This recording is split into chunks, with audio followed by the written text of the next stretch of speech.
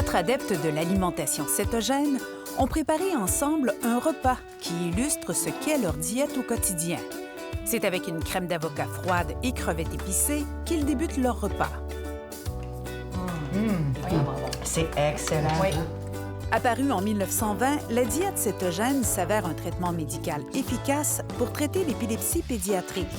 Elle est aujourd'hui très à la mode pour stimuler la perte de poids. Première semaine, je perds 5 livres. Finalement, j'en suis à 58 livres de perdu. Alors moi, j'ai perdu 94 livres. Ça a pris à peu près 1 an. J'étais proche du diabète, proche du cholestérol. Et après 94 livres, je n'ai plus de médicaments. J'ai regagné ma vie, j'ai regagné ma santé. Juste un peu de crémage.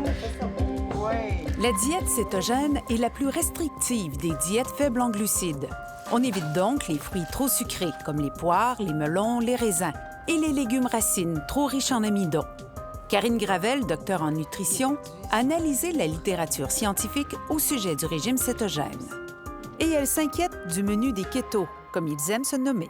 Oui. Donc, il y a beaucoup d'aliments à éviter, même le groupe produits céréaliers qui est banni au complet, donc peu de fruits, des légumes aussi qui sont retirés, pas de légumineuses. Donc, c'est tous des aliments dont les bienfaits sur la santé sont démontrés aussi. Mais c'est pas croyable, ça, de manger tout ça, puis de perdre du poids. La soupe au cheeseburger, c'est vraiment quelque chose. Un classique, là. Dans ce régime, les glucides ne représentent que 10 % de l'énergie quotidienne, soit 20 grammes. C'est l'équivalent d'une banane ou d'un yogourt par jour. Il faut juste comprendre qu'il faut descendre les glucides pour augmenter les gras parce que le carburant change d'allégeance. Dans cette diète, les lipides représentent 75 % des calories quotidiennes ingérées. En comparaison, une alimentation habituelle fournit environ 30 % de notre énergie à partir des lipides et 50 % des glucides.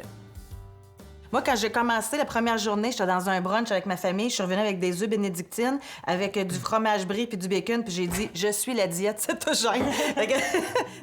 Grâce à cet apport en gras, les adeptes de la diète cétogène affirment ne pas ressentir la privation et être rassasiés après le repas. Ils affirment aussi avoir l'esprit plus vif. Je travaille sur des journées de 12 heures, puis je te dirais qu'au bout de 12 heures, j'ai encore la même énergie mentale. Je suis encore aussi allumé que j'étais quand j'ai commencé le matin. Sans glucides, le corps doit puiser son énergie dans les gras pour produire des corps cétoniques, créant ainsi un état de cétose. Et notre corps n'est pas habitué de fonctionner comme ça. Hein. C'est plus facile pour lui, disons, d'aller chercher l'énergie sous forme de glucides. Donc là, on lui demande comme un effort supplémentaire. Et on estime qu'au début de la diète, on pourrait dépenser 500 calories par jour là, pour utiliser, en fait, produire des corps cétoniques puis utiliser cette autre forme d'énergie-là. En fait, c'est le mélange du sucre et du gras qui est pas bon pour la santé. Quand on élimine les glucides, le gras devient intéressant. Mais pour Karine Gravel, tous les glucides ne sont pas à éviter. Au contraire. Il faut faire la distinction entre le sucre et les glucides. Hein. Un aliment peut être riche en glucides parce qu'il est riche en fibres alimentaires. Puis ça, les fibres alimentaires, on n'a plus besoin d'études là, pour nous démontrer les bienfaits. Là. Ceux qui adoptent ce régime maintiennent que leur consommation de légumes n'a jamais été aussi importante. Je mange beaucoup de légumes. Ça compose, je dirais, environ 75 à 80 % de mes glucides journaliers, ce sont les légumes. On ajoute du beurre dessus, par exemple. Oui. Ouais, ça C'est cuit dans le beurre, c'est cuit dans le beurre. Il y a du beurre. Dans le gras de bacon. Les nutritionnistes s'inquiètent des effets à long terme de la consommation de mauvais gras liés aux maladies cardiovasculaires. Si notre apport en aliments d'origine animale, en viande, augmente, puis on fait aussi la promotion de la crème, du beurre. Donc, à un moment donné, on sait que plus on augmente les gras saturés, bien, plus on risque d'augmenter aussi notre cholestérol LDL, qui est connu comme le mauvais cholestérol. Tu sais, il y en a qui ont peur pour nous autres parce qu'on mange du bacon, des charcuteries. Mais au début, c'est sûr, quand tu commences à t'alimenter par manger les fromages de ce qu'il y a de plus gras, les triples crèmes Prestige de Bourgogne, par exemple, tu sais, tu te dis, je vais te péter aux frettes. Mais finalement, tu perds du poids, tu es en santé. Exact. En fait, ces personnes-là se basent sur leur expérience personnelle qui est positive, mais avant d'émettre des recommandations, par exemple, là, vous parliez des nutritionnistes, bien, on va se baser sur des données scientifiques.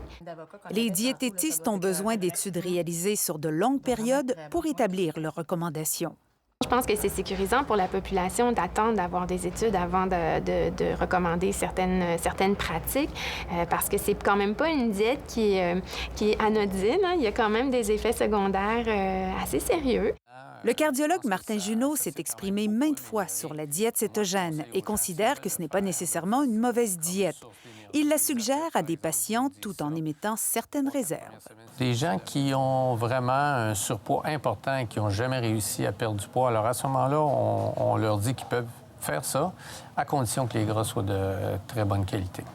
Un fait demeure, plusieurs perdent du poids et certains peuvent améliorer des aspects de leur santé. Je conseille d'être accompagné par un professionnel de la santé pour suivre cette diète-là. Mais en même temps, il y a d'autres diètes qui ont montré des effets positifs sur la santé cardiovasculaire, comme l'alimentation méditerranéenne, par exemple. Un panel d'experts américains a d'ailleurs établi un classement des meilleures diètes pour perdre du poids, prévenir le diabète et les maladies cardiovasculaires. La diète cétogène arrive en 38e position sur 41, tandis que la diète méditerranéenne se classe au premier rang. Cheers! Santé!